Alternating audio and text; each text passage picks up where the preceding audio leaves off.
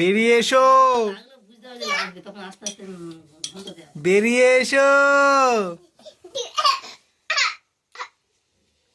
এই তো তো তো তো তো তো তো। আচ্ছা দুপুরবেলা শুয়ে আছি, শুধু মেজরিটি মুখতে পারছি, চুপুরা শুনে যেন মেজরিটিকে দেখতে পাচ্ছি।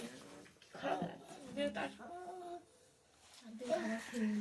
খরগোশ, এটা ছোট্ট খরগোশ, এটা র্যাবিট একটা, এটা র্যাবিট।